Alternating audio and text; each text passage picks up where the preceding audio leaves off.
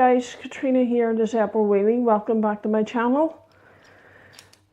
Today I'm going to do my best to explain the spoon theory, which is something that I use a lot, living with Ehlers-Danlos syndrome, because I struggle quite a bit with chronic pain and chronic fatigue. Basically, if you don't know, people with chronic illnesses or disabilities often have limited energy. Whereas a person without a disability or who is completely healthy has untold amounts of energy available to them. If you imagine, sorry, I'm dropping half of these. If you imagine one spoon as 1 unit of energy, a person who is able-bodied and healthy will have all the available spoons that they need. Whereas a person with a disability or with a chronic illness like myself will only have 12. And these are set. You can sometimes grab a few from the next day, but then you'd be short of spoons the next day, or short of energy for the next day. But say you're getting up in the morning, and that's just getting out of bed in the morning, 1 spoon. And because you didn't have a good night's sleep, you didn't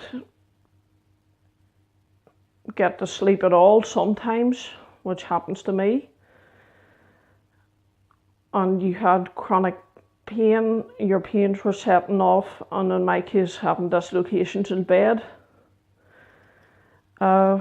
getting washed and dressed for me would be 2 spoons. Because pain gets worse when you try to do things, or when you try to do normal everyday things such as getting dressed, and if you have dexterity problems as well, that like I do, it makes it really difficult. I have a button hook to use to do up buttons, but it's still difficult, so I try to avoid wearing clothes that have buttons on them. Now, taking medication for me would be taking medication and getting my breakfast, which I can't have my medication without something to eat, would be another 2 spoons, again because of my dexterity and my pain. When I did work, it took a lot of energy for me to do my job, even though it's considered to be quite a simple, easy job. It would have taken 3 spoons to work, and then nowadays that I don't work, it would have taken 3 spoons for me to do normal housework, chores, and so on and so forth. But then we have normal everyday tasks like driving or using public transport for me, which is impossible for me because public transport here is awful. But that would be 1 spoon for me. And taking Max out, which was one of the things that I enjoy, I wouldn't be without the wee man, is another spoon. And taking or sorry, eating dinner, or making dinner and eating dinner, would be another spoon. I tend to use Wiltshire Farm Foods or ready-made meals because they are easier to make. I know it's unhealthy, but it's what other choice do I have? Because I don't want to include my fingers in the meal that I'm making.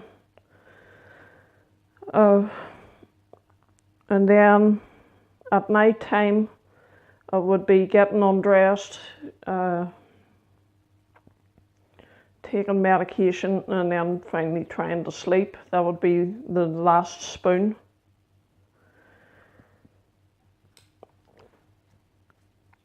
As I said before, people with disabilities and conditions such as Ehlers-Danlos syndrome do not have untold energy like able-bodied people do.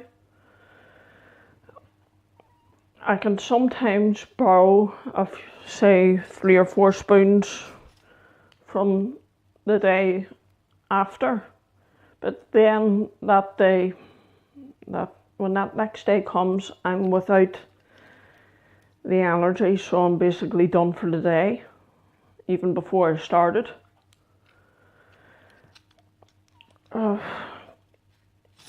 Able-bodied people seem to think that disabled people are lazy because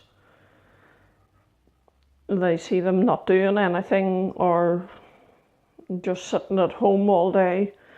I would love to be able to be going out working and earning money and paying my bills and whatnot, but it's really not feasible with my illness. When I was working, it was causing me more harm. Working in Tesco's with the constant motion of the checkout operators, I permanently damaged my shoulder. Well, actually both my shoulders and my wrist as well. But now that I don't work, or rather that I can't work, I don't have as much pain from that. I feel if I had to go back to a manual job like that, I would have more pain. But even if I was able to work, my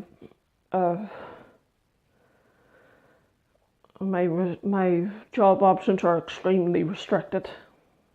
I can't do a job where I'm out in the public, and I'd have to be stuck in an office, which I've tried before, but I didn't really like it. It was really boring.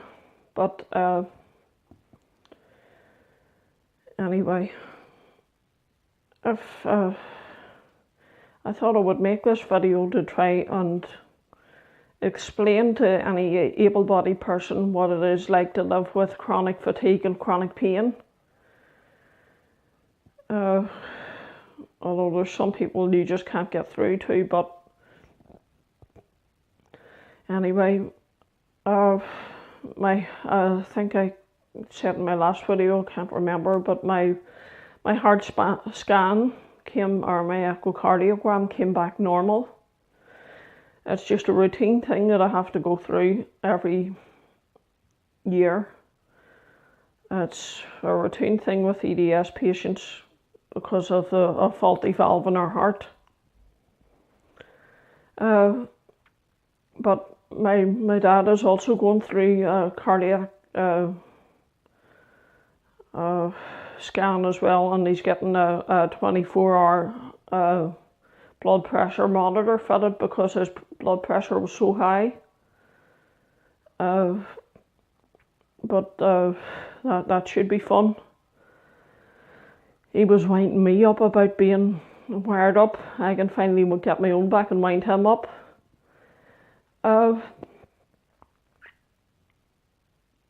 We've been really busy over the past couple of weeks, which is why I've been late uploading a few of my videos, but especially last week because of hospital appointments and such.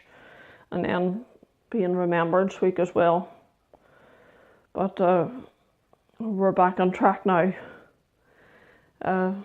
Max is sitting here chilling out. We should be getting my dad's new car soon, and I have to fill out paperwork for my new car next week. So fingers crossed and thumbs up that they should be coming all sorted out soon. But anyway, if you like this video, please like, comment and subscribe. And don't forget to share as well to help raise awareness of chronic illness and disability. Thank you for watching. Bye-bye. Sorry guys, just a quick edit before I go.